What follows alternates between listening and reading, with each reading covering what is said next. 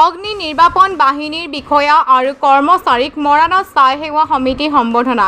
আজি অগ্নি নিৰ্বাপন বাহিনীৰ প্ৰতিষ্ঠা দিৱসৰ উপলক্ষে মৰাণ উষাপুৰত ছাই সেৱা সমিতি মৰাণৰ উদ্যোগত সম্বৰ্ধনা জ্ঞাপন কৰা হয়। ছাই সেৱা সমিতি মৰাণ শাখা চেলেং চাদৰ উপহাৰ মিঠাই প্ৰদান কৰি সম্বৰ্ধনা জ্ঞাপন কৰে। ছাই সেৱা সমিতি মৰাণৰ ওম প্ৰকাশ টুডিৰ নেতৃত্বত স্থানীয় সম্বৰ্ধনা অনুষ্ঠানত মৰাণ আৰু মৰাণ অইল ইণ্ডিয়া লিমিটেডৰ অগ্নি নিৰ্বাপন বাহিনীৰ 4খন বাহনৰ সৈতে উপস্থিত থাকে বিষয়া আৰু কৰ্মচাৰীসকল।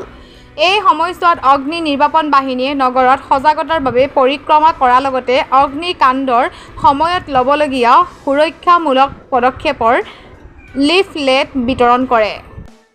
আমি আজি নেশ্যনেল ফায়াৰ সাৰ্ভিস ডে আমি উদযাপন কৰোঁ প্ৰতি বছৰে 14 এপ্ৰিল দিনাখন। সেয়ে আজি আমি ষ্টেট ফায়াৰ সাৰ্ভিস আৰু অল ইণ্ডিয়া ফায়াৰ সাৰ্ভিস লগ লাগি একেলগে উদযাপন কৰিছোঁ।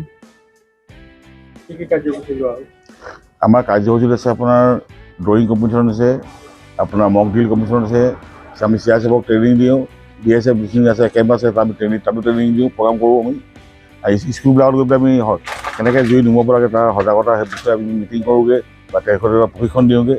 ট্ৰেইনিং দিওঁ। আমি এসপ্তাহ যোৱা প্ৰগ্ৰাম লওঁ, এসপ্তাহ আমি সকলোখিনি মেইনটেইন কৰোঁ। ৰঙালী বিহুৰ শুভেচ্ছা জনাইছোঁ।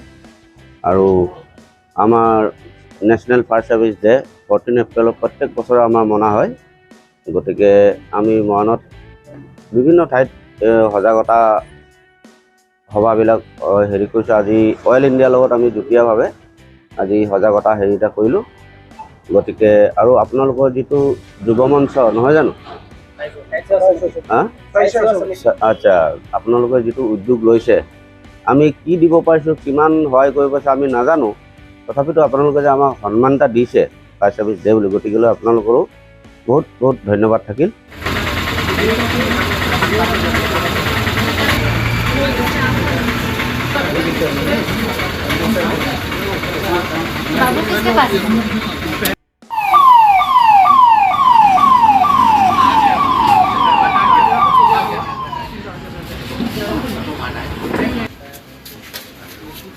সৰ্বপ্ৰথম সমূহ ৰাজ্যলৈ ৰঙালী বিহুৰ শুভেচ্ছা জ্ঞাপন কৰিলোঁ।